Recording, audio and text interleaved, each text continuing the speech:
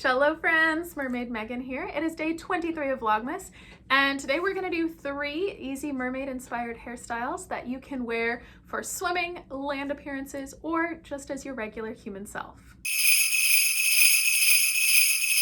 Make sure to stick around because these bubble braids are style number 3. Don't worry, you do not need super long hair for these hairstyles. Anything longer than shoulder length will be perfectly fine, and they can even be modified for shorter hair as well. Okay, we're actually going to start with the hardest hairstyle first. This is just a headband braid. If you can French braid or Dutch braid, you can absolutely do this one with some practice. So we're going to start by one ear and go over the head and end at the other ear. And I have a couple tricks that are going to make this a little bit easier. For this one, you need a hairbrush. A fine tooth comb helps, but I honestly usually don't use one. You're going to need one of these little bitty rubber bands to tie it off. And it also helps to have a hair clip to clip your extra hair that you're not braiding out of the way. My first trick is about the sectioning that you do.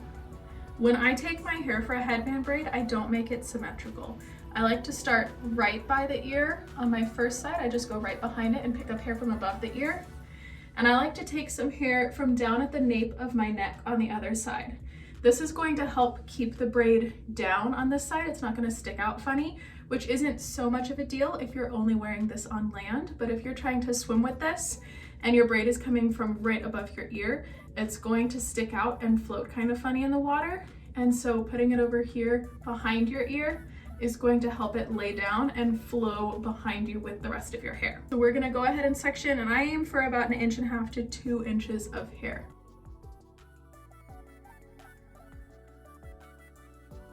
And then we are going to kind of check that part line. It's not going to be straight over here because we have that extra hair.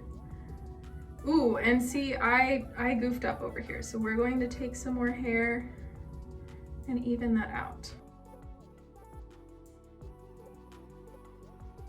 That looks pretty good. So I'm just going to kind of twist this hair to the side and grab the rest of my hair. And while I'm looking like Cousin It over here, I'm going to twist the hair that I'm not going to be braiding into my headband into a bun and clip it behind my head.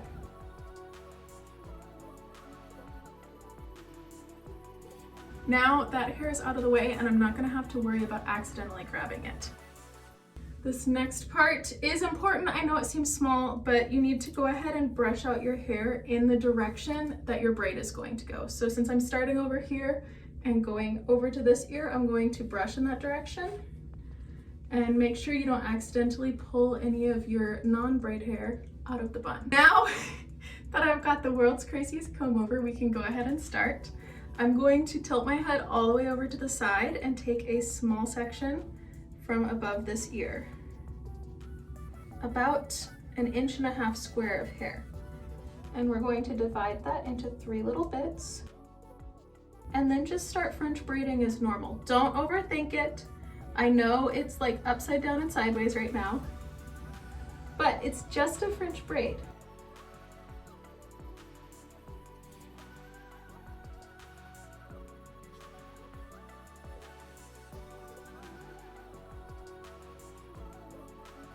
As I go, each time I cross over a section of hair, I am pulling my fingers through to make sure that my sections are not getting tangled up.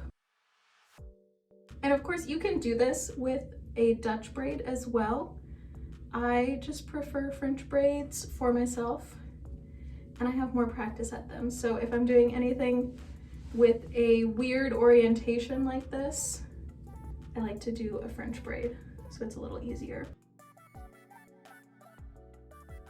As I get to the top of my head, I like to go ahead and start leaning up like normal.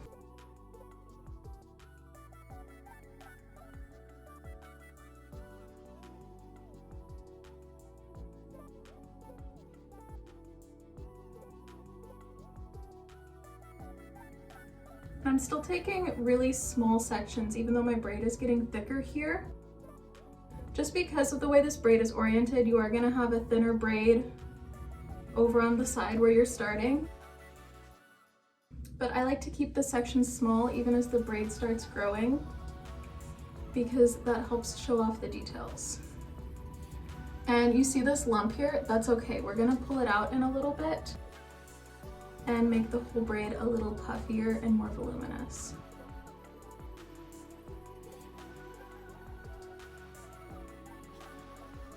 And then here finally on this side, this section is easy. This is just gonna feel like a normal French braid.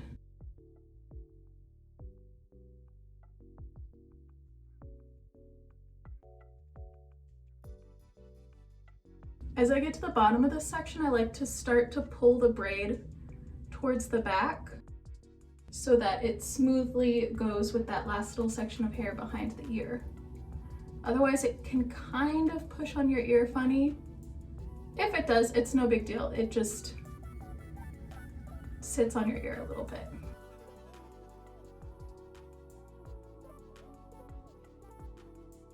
And then it's up to you if you want to tie off right here and just have a little pigtail or finish braiding. I usually like to braid most of my tail.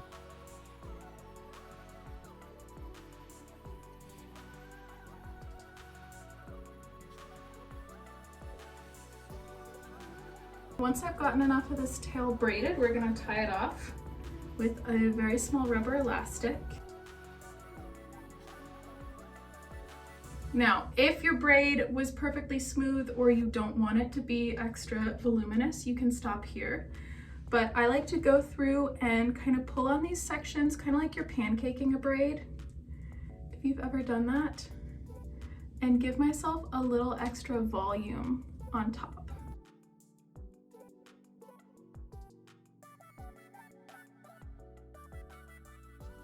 This can also help cover up, see how this section is thinner over here? That can help with that.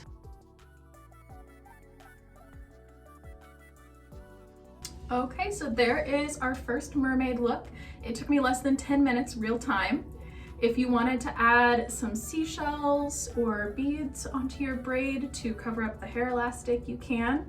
Or if you wanted to put some clips in, you can. You can also add an actual headband to your headband braid.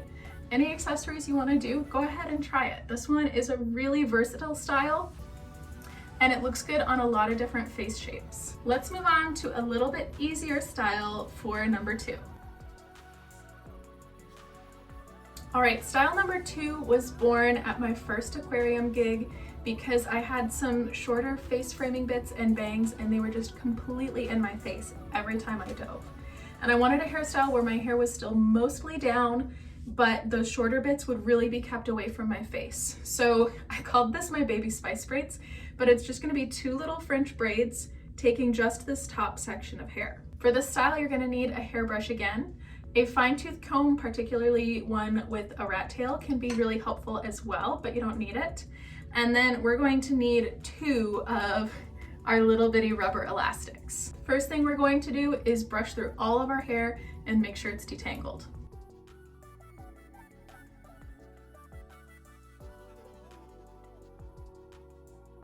Next, we need to set our part. I like to do a side part, starting over my left eye and going back to the center on a diagonal, but you can do a center part, you could do a zigzag, whatever you like.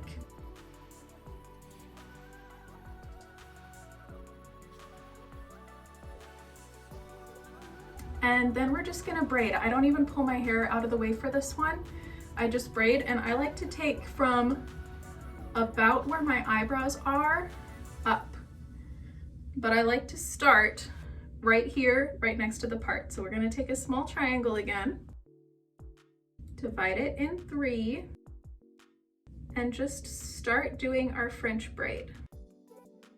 With this style as well, smaller sections work better because this braid isn't going to be very long. So the larger sections you take, the chunkier it's going to be and the harder it's going to be to see the braided detail. So keeping these sections small is going to help people see that you actually did braid your hair.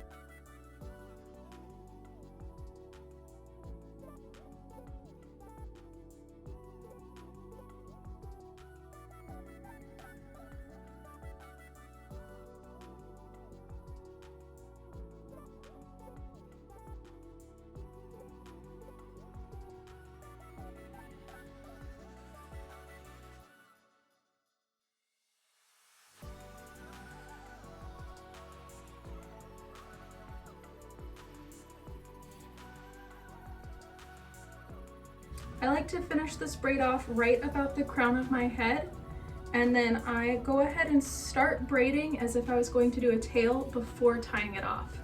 This is going to make getting that elastic around there without getting a ton of your hair stuck in it and breaking off a lot easier.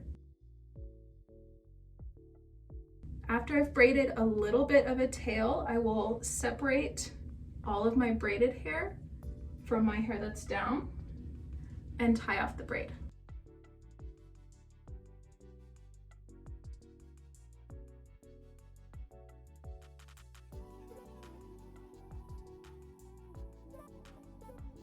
Now I'm going to wait to tighten this elastic until after I've done the braid on the other side, because that's going to give me a little more space to adjust these to make sure that they're symmetrical. So we're going to repeat this whole braid over here. It's going to be a little bit smaller if you part your hair on the side like mine, but it's really not bad and it's really not super noticeable.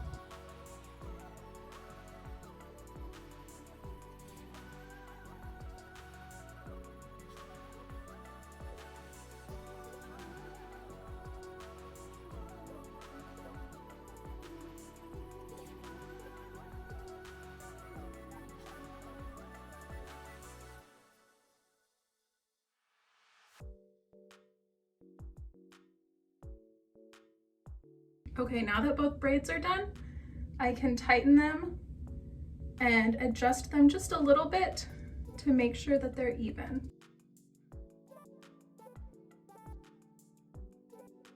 All right, there we go. That is look number 2. This one is really cute with like little clips up here if you have seashells or flowers, but it's also really nice on its own. This is one of my favorite for swimming. It keeps the hair back away from your face and lets your hair flow nicely and evenly with the hair that's down. And this one also lasts really well. If you're swimming for a really long day, getting in and out of the water, this one stays in place probably better than any other style that I've tried. All right, let's go on to style number 3.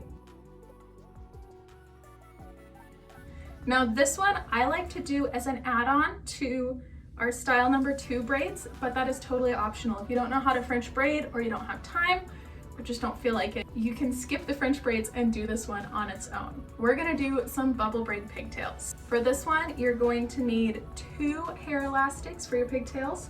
I like these large fabric colored ones because they blend in a little bit better and they are going to be seen more than the small ones.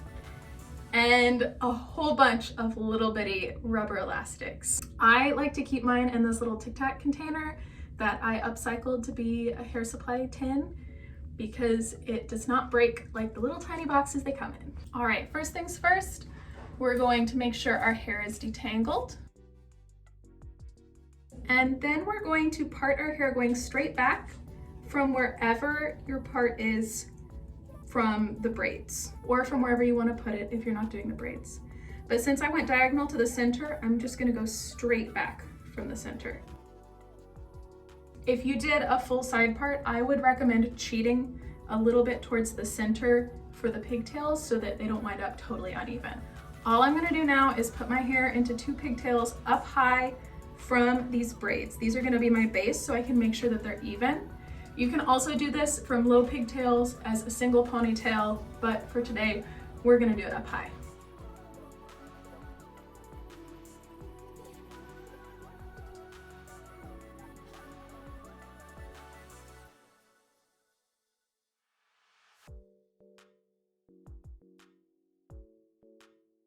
And detangle again. And repeat on the other side.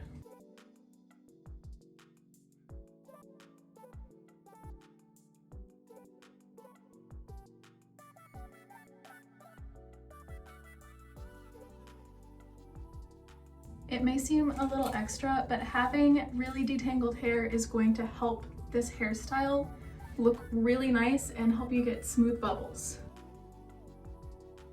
Okay, now for the most annoying part, you're going to take a whole bunch of our little bitty elastics and you're going to make your bubbles. You're gonna take your pigtail and place an elastic. I like to go about 1.5 to 2 inches below my previous one. And you're just going to tie off your pigtail again.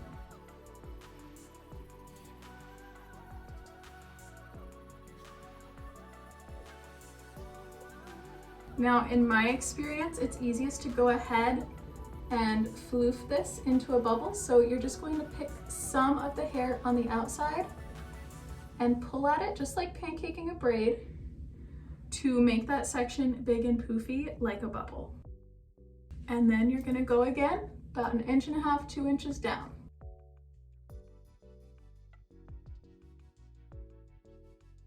Same thing, pull on some of that outside hair and make your bubble. This top one is always gonna be a little bit weird because it's coming down, but just do your best.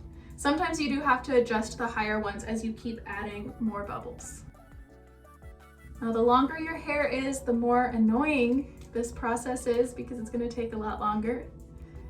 But I think that this hairstyle also looks really, really good on longer hair and extra mermaidy because you can fit so many more bubbles. And yes, this is also very similar to like Princess Jasmine's braid. This was my favorite hairstyle this summer when we did our first Renaissance fair. It was super hot, even for Oklahoma in summer. And after the first day, I could not have my hair down. It was just way too hot being outside all day. So we started doing bubble braids and kids loved them. I even had some kids that asked what our hairstyle was and I said, oh, these are bubble braids. And they said, oh, of course, because you're a mermaid, you put bubbles into it when you braid it. And I was like, exactly, you get it. But this hairstyle is super cute for mermaids. It could also be really cute for like if you're a fairy at a Renaissance festival. It does take a little more time, but I think it's worth it and it keeps your hair totally off of your neck, which is really important if you're outside for long hours.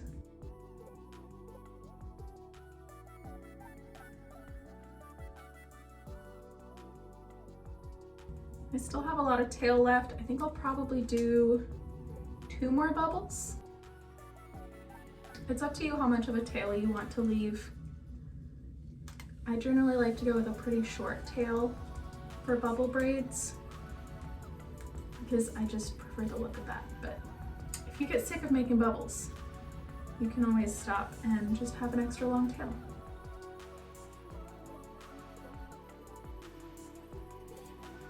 See what we look like with 1 more. Yeah, we'll do 1 more bubble.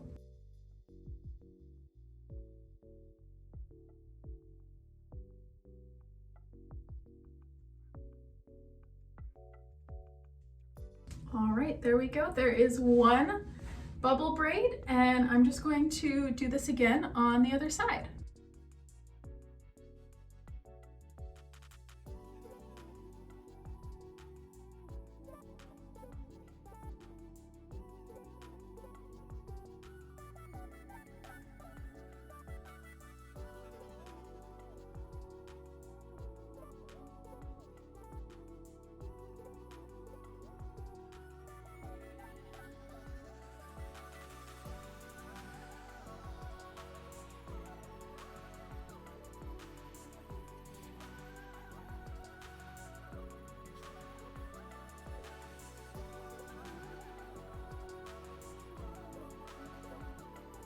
All right, there we go. There's our bubble braids all done. That one did take me about 13 or 14 minutes all in, but if you have shorter hair, it's not going to take as long. If you wanted to make the style a little bit more interesting, you could try colored rubber bands for your hair, or you could clip flowers or shells or beads at each ponytail. I hope these tutorials inspire you to try out some mermaid hairstyles in your life, whether you are a human or a mermaid. If you enjoyed today's video, please subscribe to my channel for the very end of Vlogmas and to see some more mermaid content. Like and comment on this video and tell me if you're going to try one of these hairstyles, and I'll see you all next time. Bye!